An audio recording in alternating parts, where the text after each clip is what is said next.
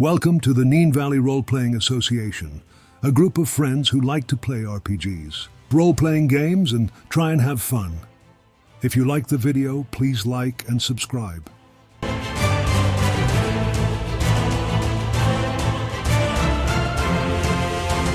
We now have a merch store for our USA listeners.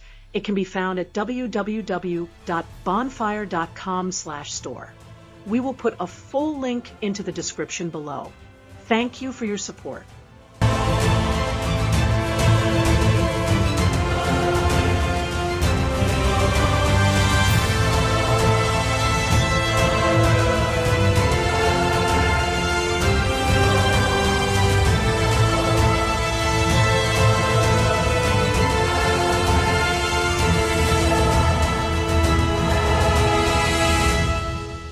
Hey, welcome back to East Texas University, where our intrepid UK students are facing off against the forces of darkness once more. This time, of course, it's out at a strange carnival that is set up at the edge of town for this Halloween weekend. We know that Andy is facing off with something internal as he feels the pull of the moon. And we know that each of them have various social issues to deal with.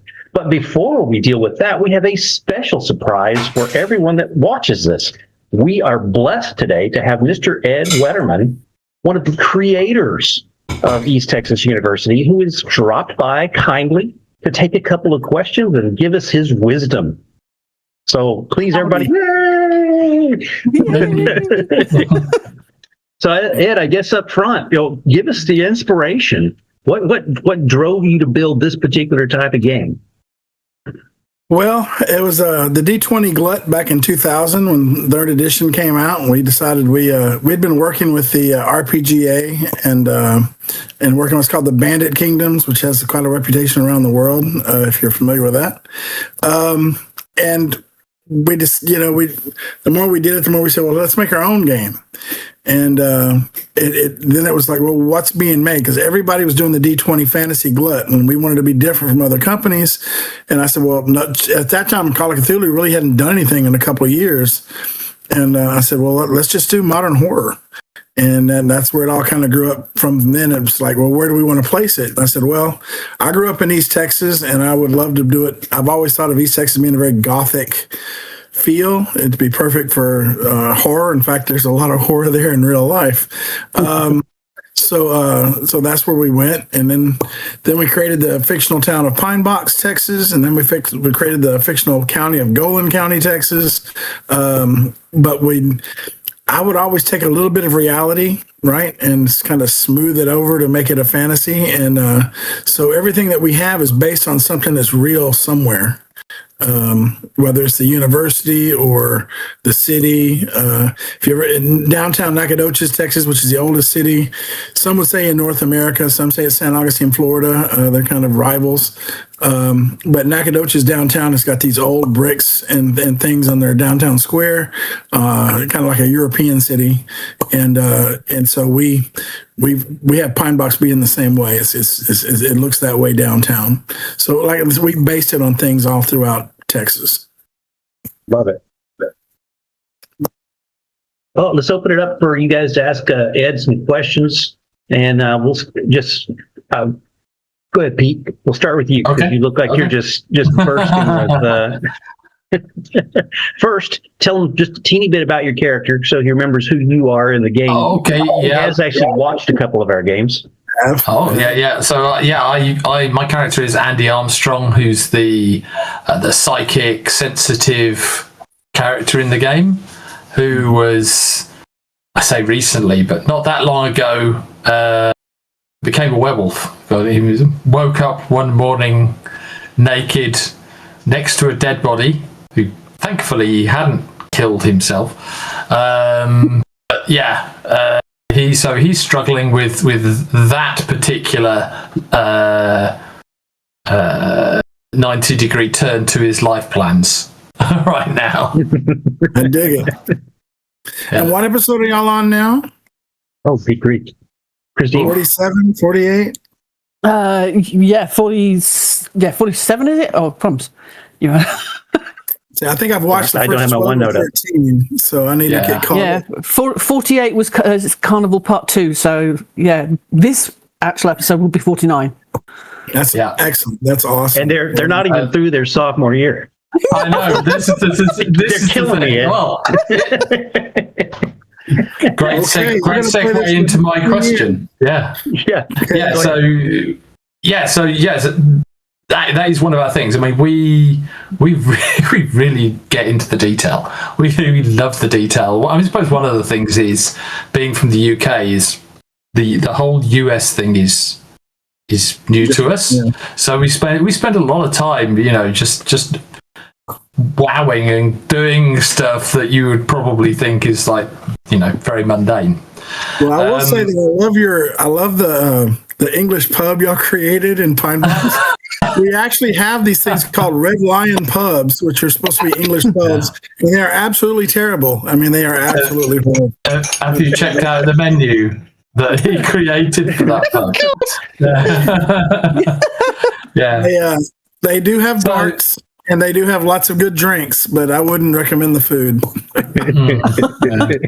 Yeah. So yeah, I mean, we spend a lot of time. I mean, we'll spend several sessions just covering us like a week in game. But I mean, that leads to some pacing problems, I guess, because I think, Anthony, you were saying that the campaign is kind of the campaign beats are kind of for like two things per semester, and so on and so forth. So we're stretching the timeline quite a lot, and also things like advances. The advances that we get, one per year, etc. I mean, I don't know if you've got any sort of ideas on how we can marry the style that we like to play with sort of the story beats and the advanced character advancement. In the original ETU, which was written for SWEX, not SWADE, this was the Savage World Explorers edition. We had it set up so that you would get like 1 XP for a Savage Tale, right? 2 XP for a plot point, and you had to have 3 XP to get a level up. And then, of course, you had to have 4 to level up to get to a rank. And that worked pretty well. But then when we went to SWADE, we've gone to more, whenever the DM kind of feels like you've earned a level up. So again, I would say it's really between the DM and the players. You could definitely stretch it out and not level up as often. Would be my recommendation. I would still only rank up when you go up to the next level. When you become juniors, for instance, that should be your next rank up. So how you do the levels in between is totally up to you and the GM. But that's what I would recommend. I mean, what about things like the plot points for the campaign? Because by the time the next plot point comes around, we're like, well, what was that related to? We've forgotten what was going on. The dean can put those anywhere he wants. So, like, he could actually put them back to back if he wanted to. I don't think there's anything that necessarily keeps that from happening, generally speaking. But that could be hard when y'all play a long game like that. It's real easy to say, no, who are we talking about and what happened? Yeah. I found, Ed, that I've been able to keep a couple of the elements bound up with some of the other parts. So we've already got them thinking about certain things, specifically the Sweetheart Foundation. We tied in. We've got 3 pharmaceutical companies that are subsidiaries that are out at the edge of town. Absolutely. And those have turned into some bad guys a little bit, or at least some interesting folks for these guys to deal with. So one of the in jokes that we have, there's milk. One of the biggest milk suppliers in Texas is from Borden. Borden is the name of the company, Borden Milk, Borden. And so we have Borden Chemicals because that's just more funny. I love it. Borden Chemicals. Very good. Christine. Yeah, well, we were joking about it yesterday, and basically I was I decided I was going to put into AI. What questions would you ask Ed Wetman if you were going to ask? I said, "Who's Ed?" I know. No, it didn't. I mean, does it frighten you sometimes just how much the internet actually knows about you? Because it was telling us all sorts of things. It was really interesting. But I actually came up with one question, and I absolutely loved it. So it's actually one I do want to put to you. And basically, the question it came up with was basically. It was from the Fresh Blood side of things. It said, with the release of ETU Fresh Blood and The Chickens in the Mist, have you seen players and deans, so GMs, play styles evolve over the years? And what is your favourite type of student group to watch at the table? And I love that because it's just... That's a great question. It is. I loved it. East Texas University, we originally wrote it as a complete horror setting. It was supposed to be Buffy horror, which is heroic horror, which it means the good guys win, right? Unlike Hulu, where the good guys always lose. But it was supposed to be like Buffy style, so a little tongue in cheek, but horror. But I have seen people play it totally comedic. I've seen people play it Scooby Doo. I've seen people play it Buffy, and I've seen people play it Cthulhu type. I mean, I can see. So I've watched all of it and enjoyed all of them, to be honest. I did write Class Ring, one of the adventures for the original ETU, because I wanted to show that it's not just Scooby Doo. This can be absolute Cthulhu horror. And that one, have y'all played that one? No. No. Well, that sounds like there's plans afoot. Is that? Oh, yeah, It is one of the more scary adventures that I've written. But so you can play it anyway. And what I would recommend, I always say this to folks when they ask me this question: talk to your players. The main thing is, are you having fun? So if your players are having fun, then go with it. If you want it more horror and the players are good with it, go with it. If explore the way you want to explore and play your game. Don't try to play Ed's game. I gave you the sandbox. You make it your own. And so whatever works for each group is good. That's one of the things I love about ETU is the fact that it is such a flexible sandbox that you've given us.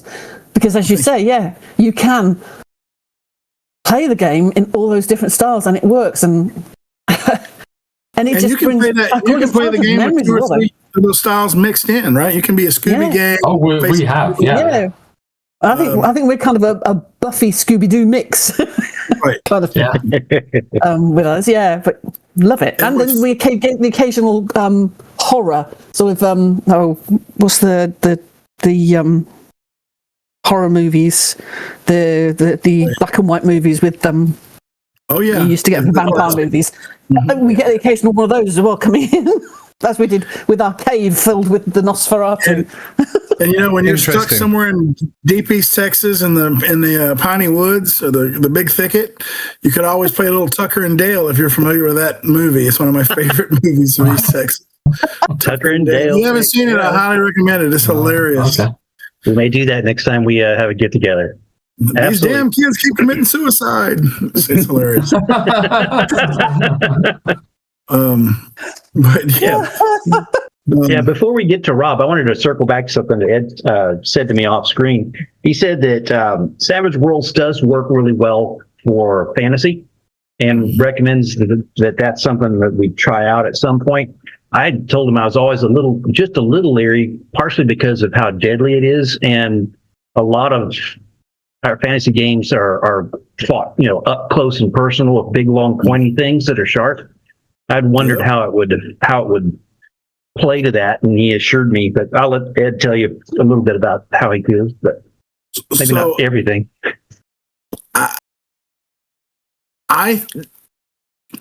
I'm almost afraid you don't have to say it. No, you know what I'm talking about. Yeah, I was blown away. I was absolutely blown away when I played Pathfinder for Savage Worlds. It got it right. it got it absolutely right. It feels like fantasy. It feels like old D&D. It feels you're having fun, and the rules don't get in the way like it does in 3rd edition, 4th edition, or 5th edition.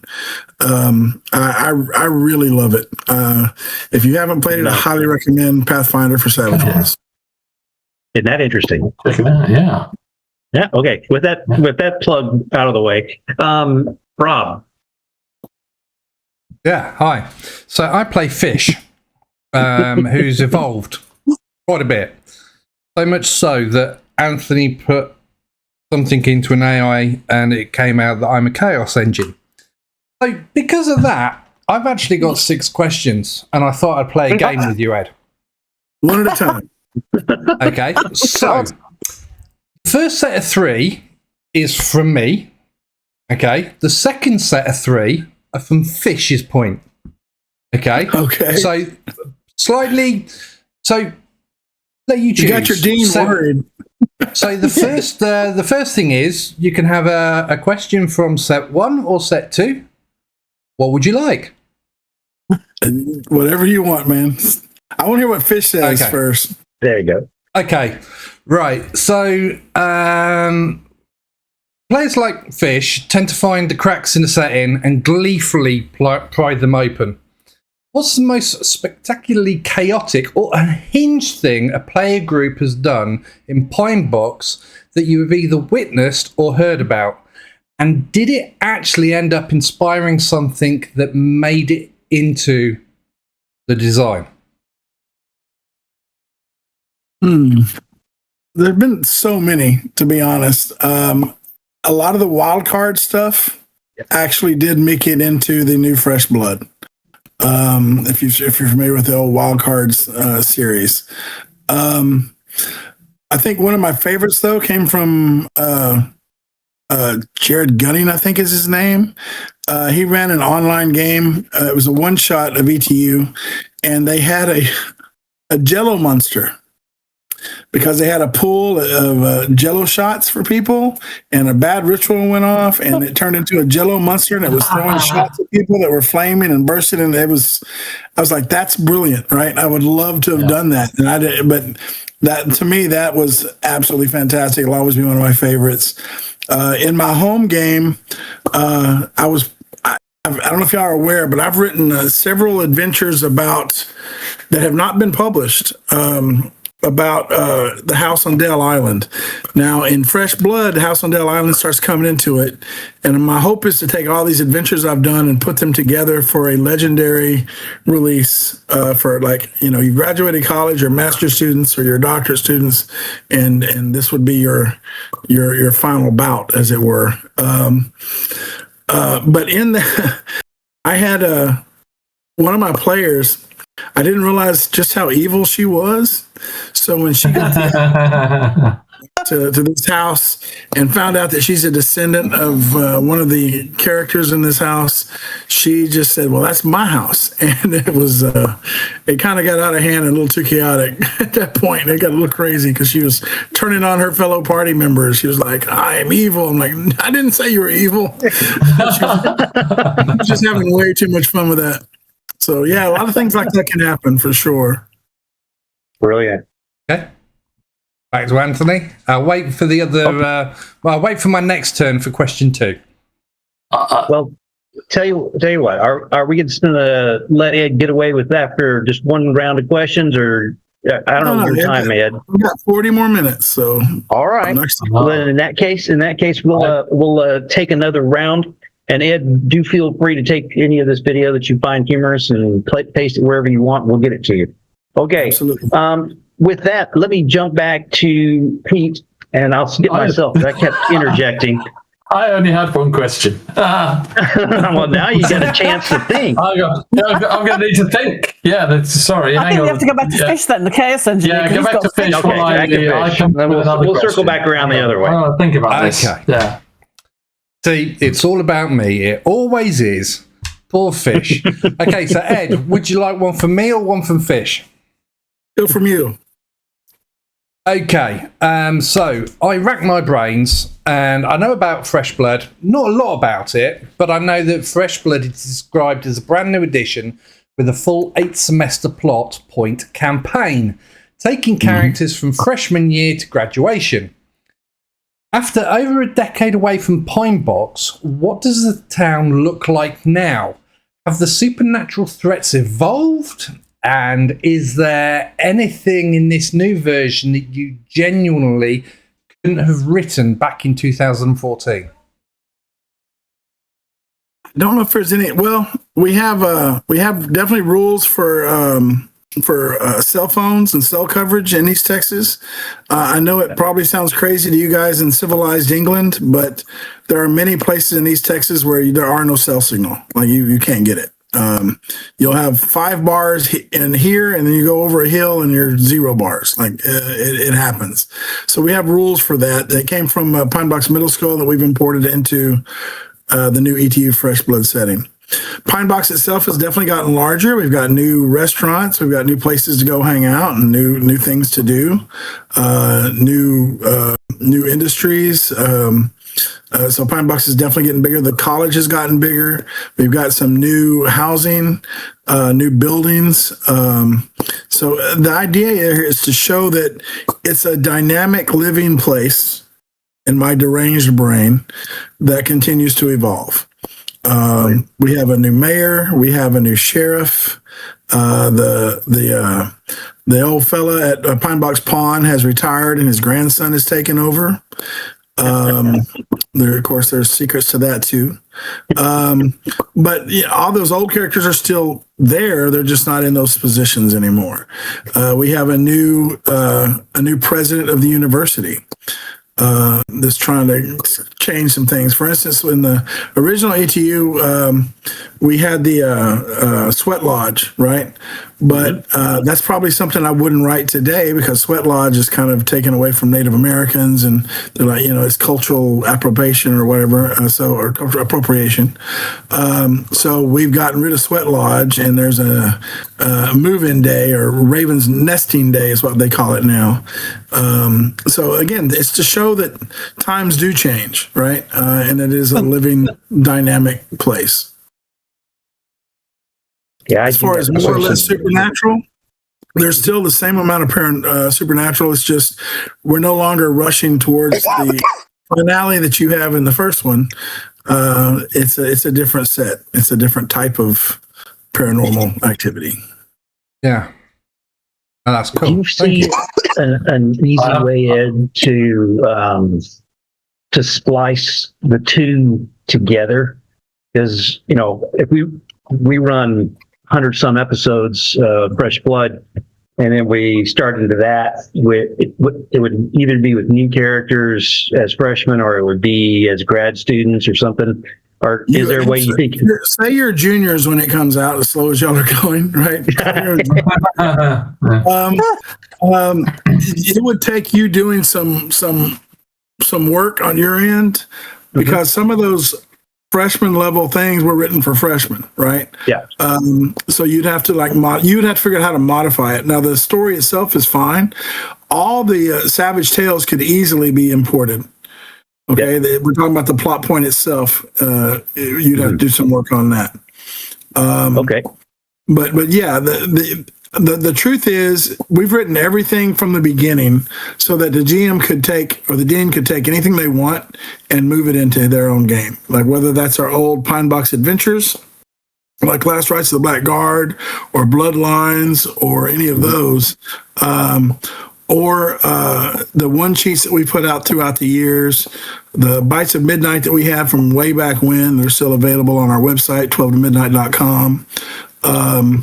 Or the ATU original plot points, study abroad plot points in Savage Tales. Like, you could do so much there. In fact, it might be really interesting. I'll throw this out there for your junior year, for one semester of your junior year, for all of you guys to go back to England and attend college over there for one semester at one of our sister schools. That might be a fun thing for y'all to do. That'd be fun for the viewers as well, to sort of get to see some of that side of things. And, especially if we could, if some of our fellow students came with us. Absolutely. Absolutely. An So Study American in Abroad. London. Yeah, exactly. Study Abroad was written by, we had three different artists or three different writers, one from Poland, one from England, and what was the other one? Is he in South America somewhere? Well, the South American one was actually written by Preston, my writing partner. But I think there were four writers for it, four different mini plot points and tales from four different places around the world. So it's a lot of fun. And I really like the college we created in England. I really do. Brilliant. Okay, sorry, I jumped in again. Yeah, no. So kind of related to that, obviously we are UK players, although we do have the huge benefit of an American dean who can explain a lot of things to us. But how difficult was it to take such a quintessentially American setting and explain it in a way that international audiences, international players could pick it up and run with it? I hope we did a good job with that. I really do. I'm not sure how well we did. You would have to tell me. But I do know, like, the way we do school is very different from the rest of the world. And I think that we need to catch up with the rest of the world in some of the ways that we do school. But I get a lot of international students. I teach high school at College Station High School, and I get a lot of international students, from Europe especially, and they're always blown away by how involved our kids are in sports at school, music at school. Right? It's not outside of school. It's in school. It's part of what we do. And I think that blows them away. And of course, football in Texas is different from football in the rest of the country. Like, it's rest of the world. we have a stadium in Katy, Texas, that is big enough for a professional football team, and it's for a high school. Texans are just nuts about football. So I hope we did a good job with that. You'd have to ask. I mean, you guys would have to tell me that one. Like, do we have enough in there about how to run a modern American college? Yeah, I mean, you're right. It is very different. I mean, that was something I think we struggled. I mean, just the other day, we had this thing. We'd had this whole thing with Fish in his fraternity and all the stuff that was going on with that. And then all of a sudden, these guys turned up from another fraternity with the same name, and we had no clue that there was, like, fraternities all over the place were related to get. It was a franchise, and it was like, where did that come from? In fact, I think, Fish, you necked the guy, didn't you? Because you thought he was. I guarantee you that's a mistake on our part. We probably should have said something about fraternities being, nationalized. Most of them are. Yeah, I mean, it's a level of detail thing, though, isn't it? I mean, it's how I don't think we're deep blaming you, Ed. I think we're blaming the dean. No. Yeah, that's all on me. You guys did throw in a decent little page or two on just Texas stuff, Texas sayings. I think that's really helpful for non-Texans. I've been driven. Texas, I'll say most of those I have actually said or heard. So I'm not just making it. Very, very good. Okay, let's go back up to Christine. Crumbs. Well, one of the things I was wanting to know, because I don't know if you know about it or have seen it, but I do the transcripts for the stories that we do. And I basically write down the episode, and I write it down in pretty much full-on detail. I take the transcript from YouTube and write it all through. But I do like to put in some extra little bits. I like to put in people's back thoughts and things that we don't capture necessarily in the role play to make it interesting for the guys when they're sitting down and reading it to catch up on what we did last week. I don't want it to just be them sitting there thinking to themselves, oh, God, I went through this. I played this last week. So I actually like to put some little nuggets in there, lots of little back bits. Now, are you posting that on the YouTube channel, or do you have that on No, we do it in OneNote. Is where we've created it all. What I have done, Ed, is I've started cutting and pasting those into a Patreon site that we haven't really launched, just because I think there's so much good stuff in it. But when I did that, it screwed it up a little bit in that Christine has put colors for some of the different things that we say. She'll colorize the words and put it all black and white. So there's some cleanup that we'd have to do on that. But what I'd offer is, I mean, Rob, if you have or Christine, if you have a couple of seconds, or whoever, just throw up our invite to our OneNote, and you can play around with that and just sort of see how we try and organize ourselves. You might find that just interesting, just for jollies. And feel free to use anything out of it for your own games. Boy, do I sound isn't that presumptuous? Damn. But well, yeah, so many things I steal from others. that's the best. Well, it's well worth looking at some of the side characters and the restaurants, the menus. Oh wow, It's gotten crazy. Huge amounts it's of gone detail. bonkers. Yeah. This isn't one of my 3 questions, but very quickly, did anybody notice Anthony's eyes when Ed mentioned about the new setting, Fresh Blood, and there's seven more restaurants? Anthony's eyes went. I can't get these guys out of the restaurants. That's the problem. Well, they're college kids. They go out and eat and they want to party, and that's what they do. I think that's one of the magic that for ETU, right, is how it's different from Miskatonic University. Is you're still college kids. You're still doing college kids things while trying to save the world. I think that's the real beauty of it. So you're going to frat parties. You're going on dates. You're struggling with money, right? I mean, that's part of the fun of it. And the same with Pine Blocks Middle School. For me, one of the most fun parts of Pine Blocks Middle School is you're a kid trying to save the world, but you got to sneak out of the house at 2 a.m. and make sure your parents don't catch you, or you need to find a ride across town. How are you going to get there, right? I mean, to me that is hilarious fun, and it makes it much more believable and much more fun, in my opinion. Cool. Christine, you didn't get to finish yours. Sorry, Christine.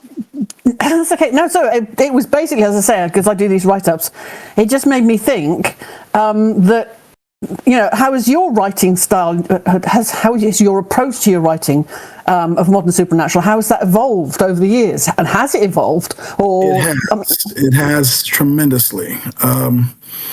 When I look back at what I wrote 25 years ago, I was a terribly terrible writer. I thought I was great.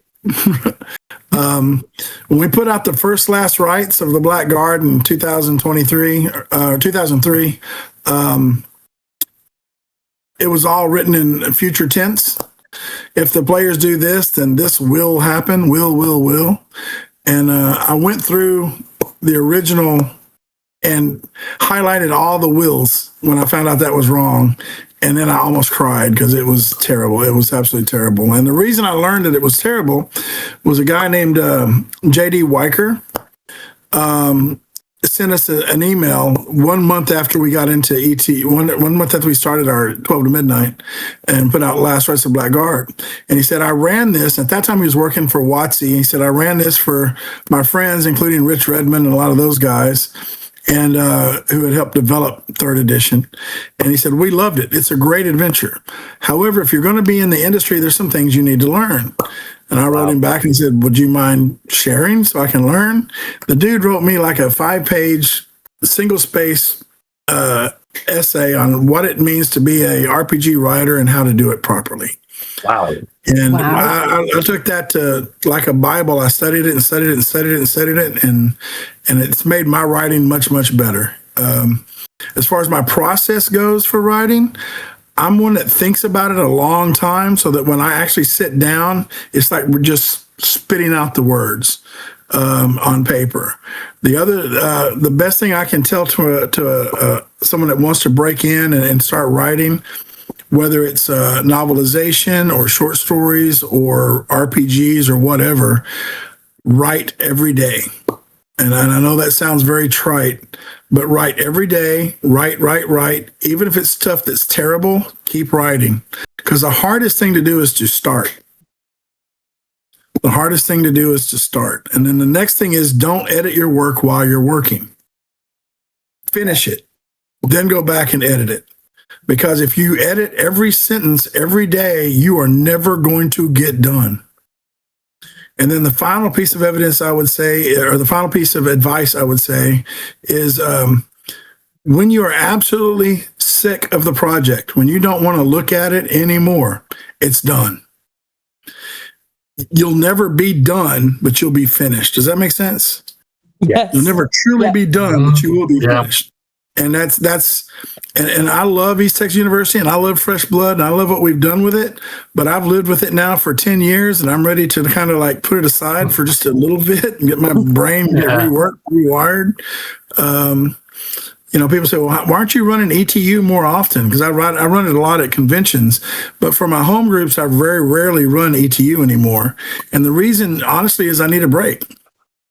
I need a break from it. So I've run Pathfinder, I've run Call of Cthulhu. In fact, I run Call of Cthulhu with Savage Worlds, using Call of Cthulhu adventures and things that they've released.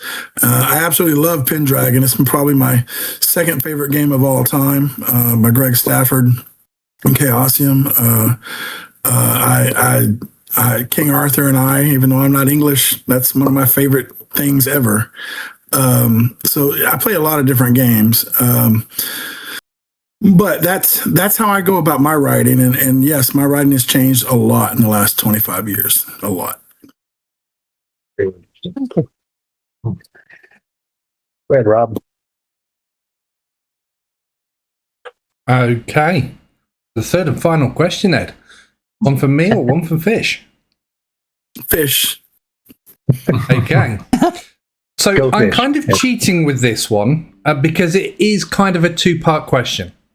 But it's still one question. Kinda. So, Fish thought, if a genuinely unhinged player came to you and said, I want to run a campaign where ETU's supernatural ecosystem completely collapses, the veil lifts, Pine Box goes full apocalypse, and the students are the last line of defense against something that rewrites reality. Is there lore already buried in the setting that could support that? And did you ever write something into the world that you haven't told anyone about yet? Hey, Yes, before you answer too much there, Ed, they have deliberately not watched some of the wild cards, and they are definitely don't know where things are going. Go ahead. So again, my answer is yes, we have gone apocalyptic, and yes, I've written things that have never been released. Oh, Excellent. Man, that makes me salivate. There's stuff out there. Easy, Tiger. Yeah. That's All awesome. right, I'm going to jump in. I've got a. Yeah, you go. If you don't mind, you can tell me no, but what do you teach in high school? And then my second part to that, go ahead. I teach U.S. history, and I have taught AP U.S. history, and I also teach movies in U.S. history. Very interesting. And my second question is completely related. Do your students know about your moonlighting and all this fun stuff? And have any of them talked about it? Some do. I'm also the sponsor for the game club at our high school. And so a lot of kids do know that I do that. There have been a couple of kids that have written different newspaper articles and stuff on the school paper about me being a writer and things like that. I think one of the more fun things is one year they needed a HOSA sponsor, a health organization, student association, or it's Health Occupational Student Association or something along that. Anyway, they needed a sponsor, and I'm the most unhealthy guy there is, so of course they get me to sponsor it. My kids went to state every year and went to state competitions and national competitions. They were really smart, very much smarter than I. So we were at the state competition. I think it was in Corpus Christi. It's Padre Island, and there's like hundreds of kids there from across the state of Texas competing in all these different things for health occupations. And and I had posted on Facebook that that's where I was, right? And to my, anyway, this kid comes up to me. He's like 16 years old, and he's like, "Mr. Wetterman." I said, "Yes." He goes, "I'm one of your ETU fans. We play your game all the time. Would you sign my books?" So he knew I was there and had brought his books with him to this Wow. big competition to get me to sign it. So of course I signed That's it. cool. So thank you. So that was a lot of fun. That was a lot of fun. That's brilliant. Okay. Pass it back around there, Pete. Okay. So obviously we've got Fresh Blood. I mean, massively oversubscribed. I mean that must have been a huge boost to your ego to see how quickly it filled out the numbers there. Brilliant. Well, the original East Texas University, I think, only did 53, 38, something like that. I mean, it was pretty low. Yeah. When it came out, a lot of people had not heard of Pine Box. We were still kind of a small company and working in Pinnacle. And so a lot of folks said, well, why would I want to go back to college? I just got out of college, or I'm in college. Why do I want to play college? But then it kind of took off on its own by word of mouth. People got it, started playing it, loving it, and passing on to their friends. And then, of course, Wild Cards got a hold of it and got a whole lot of new folks into it. And so it didn't really surprise me that we hit 100,000. Although I'll be honest, I was thinking it'd be more like about 68, 72. So it actually did a lot better than I thought it would do. It's got legs. I think people really like it. It's kind of like Buffy. You either love it or you hate it. And if you're a Buffy lover, then you're going to watch every episode whenever you can. I feel like that's kind of that way with East Texas University. It has its own group of fans and people that absolutely love it. And it's not for everybody. And I don't, that doesn't hurt my feelings. Some people say, well, I played, I didn't like it. Okay. We'll play something that you do like, right? I mean, again, my thing is have fun at your table. That's the number one thing. If you're not having fun at your table, then don't play that game. Play something else. So when you were writing, or when you came up with the idea of doing a reboot, I suppose, of the setting with First Blood, other than aligning it more with the Savage Worlds core rules, what were kind of the top 3 watchwords that you had in your head when you were doing the rewrite? I say a rewrite. I mean, obviously some bits rewrite, and obviously a huge amount of new content as well. I hear what you're saying. I don't know if I can get it down to words, but I can tell you what I was thinking. Because if I get it down to 1 or 2 words, that's just too much brain power for me. But it was very important to me that we didn't release ETU Part 2 redone. Right, I did not want that. I'm a gamer I've collected games my whole life. I still collect games, spend way too much money on games. I don't want to keep buying a game that I've already bought. Hey, we changed a few words here. Let's go buy this. I don't want to do that. I wanted East Texas University Fresh Blood to be brand new. I wanted it to be new plot points, new Savage Tales, new creatures, new adventure generator. Now, of course, there are some things that are going to be repeatable, like some of the edges, but we also have some new edges, right? Some new hindrances, but the old hindrances are still there. Some are modified. I mean, there's some of that we can't get away from. But generally speaking, I'd say 90% of the book is brand new, and that's what I wanted. I did not want people to spend their money getting the same thing that they already have. So that was probably the most important thing to me, is I wanted it to be something new and fresh. So right, yeah. So of the 10% you kept, what did you kind of consider to be actually that stands the test of time? I want to keep that. The demon generator, the car, the car table, the fraternity sorority generator. These are things that I think that you have to have that have stood this test of time, as it were. Our Ghost, I don't think any other game for Savage Worlds or anyone else has done the amount of work we've done on ghosts and spirits, because you literally can have them do anything. and we have rules for all of it. So those are things that I think that I left in that I think are just part of it. That's what you have to have. And of course, exams, although we modified how exams work and what you can get from passing exams. We also modified and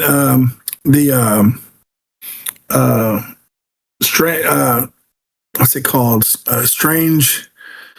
Oh, what's the name of that table? High weirdness, high strangeness. High strangeness. Yeah. Mm-hmm. I love high strangeness. Okay, if you're familiar with any things with aliens and ghosts, high strangeness are very common in those mythos.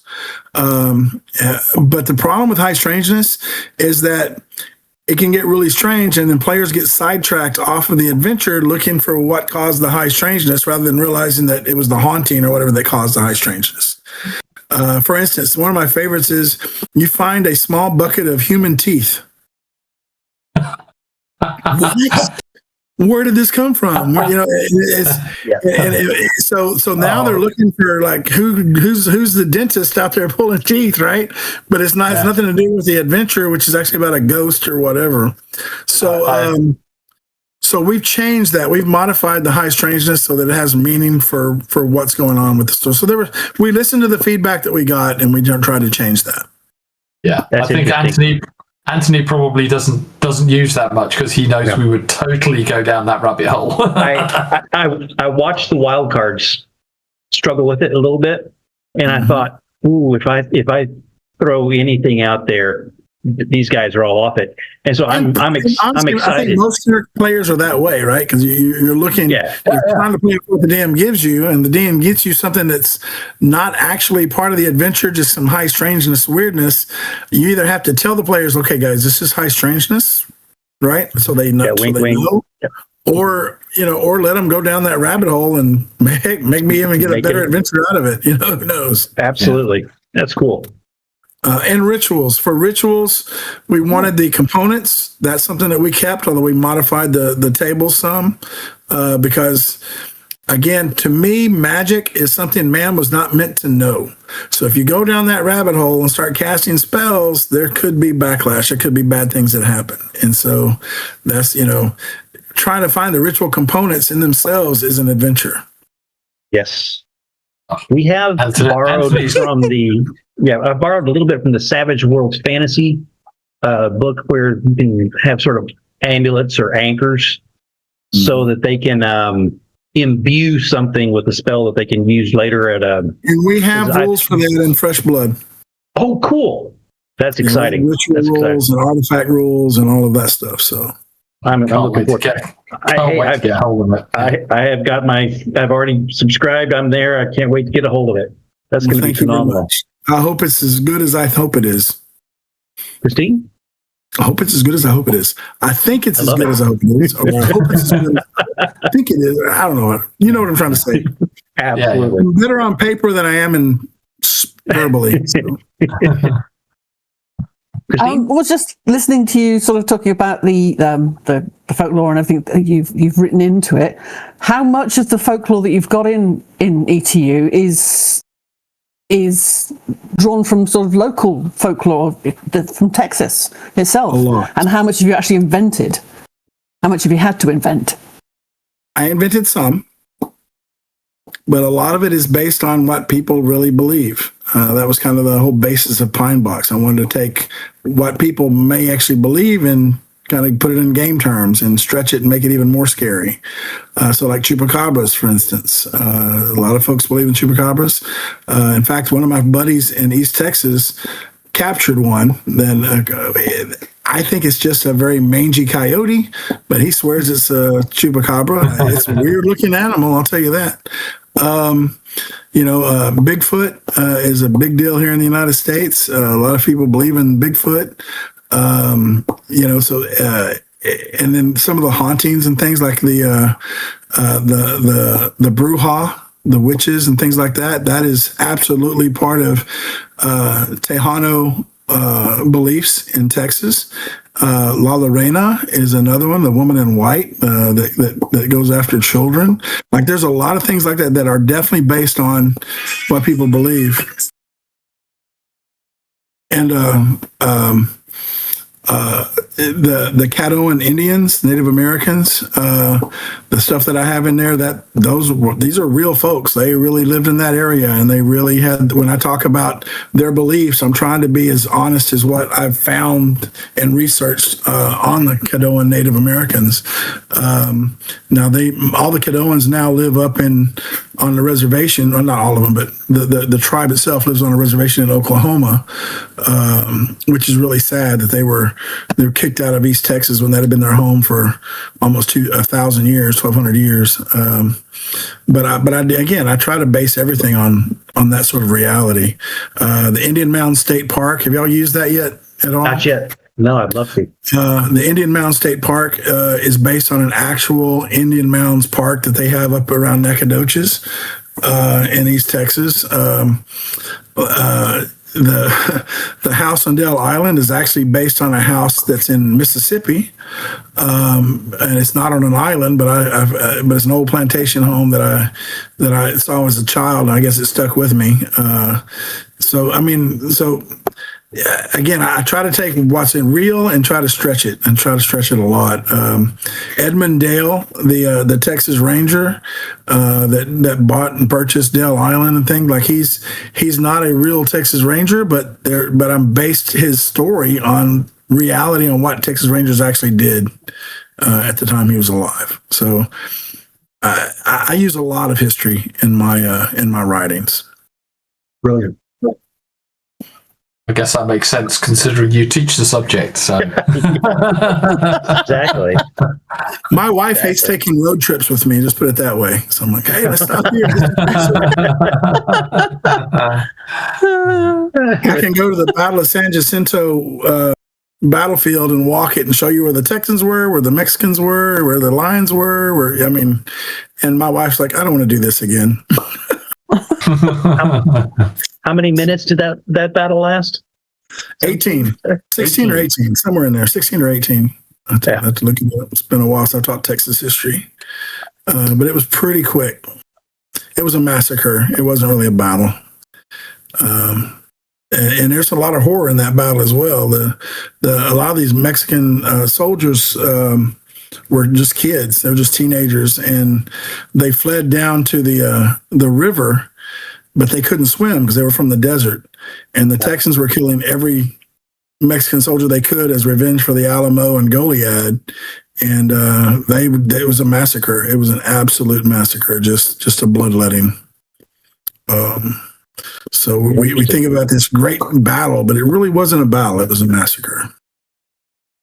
Amazing. We'll talk more about Texas history, guys. maybe a road trip for the students to the Alamo or something. All right. Who else has something that they'd like to throw out to Ed while we still have him here? What time have we got? yeah, I'm We thinking got about 7 minutes. About 7 minutes? Well, in that case, let's just go ahead and turn it over to Ed for the last little bit. Do you have any, from what you've seen of the characters, do you have any predictions or thoughts or any anything that you like or anything that you think is just ridiculous or what do you think about these? Well, again, I've only watched about 11 or 12 episodes. That's good. And then I got real busy, so I haven't been able to keep up for the last couple of months. But Amazing Grace is definitely one of my favorite characters. Yeah. I That's love cool. the saving the football team many times over. I think Fish has been a lot of fun. It's kind of the curmudgeon of the group, at least early on. I love the playing the darts and going to the British pub, which is not very British at all. I think that's hilarious. I think you guys have got a fun game going. I've really enjoyed it, and I'm planning on watching the rest of them, getting caught up over the summer. Wow. As a Well, tell you school what, teacher in Texas, I'm off for like 7 weeks, so I get to just kind of off for 7 weeks means you're studying and getting all of your things. It's no, it means I'm playing games, sleeping late, and watching TV. man, you're making it sound good.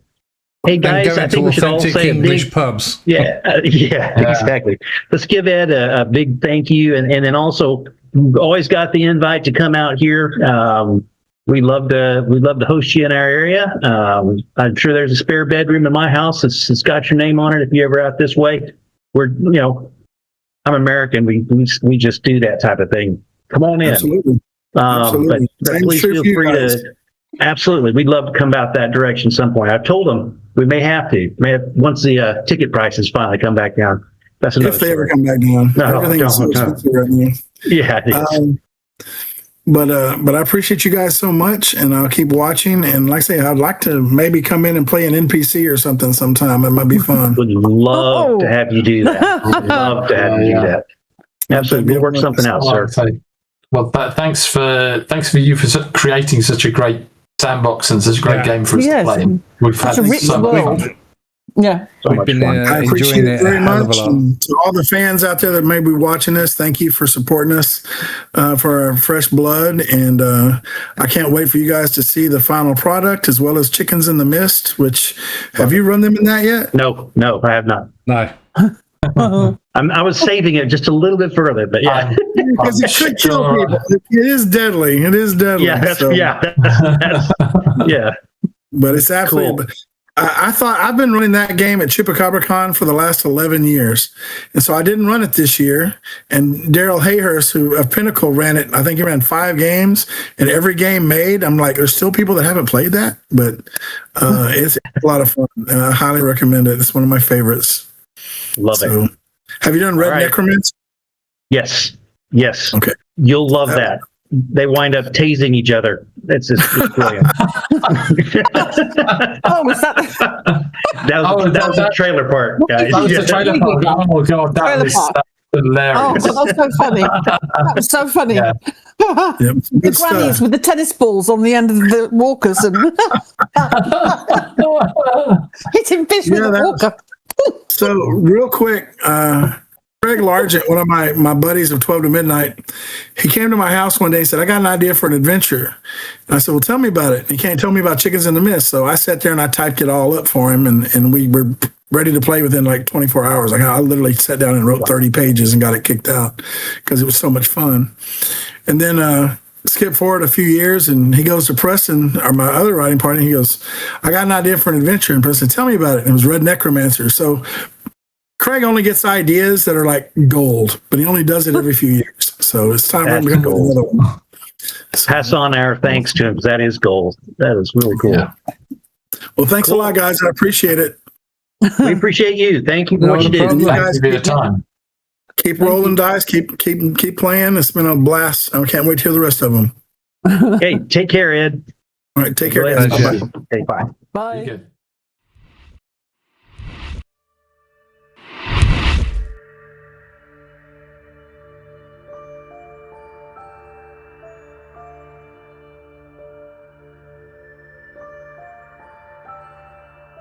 If you got all the way to the end, we appreciate your support. Thank you for watching the NVRA whilst we bring you content of different games. If you like what we have done, please like and subscribe.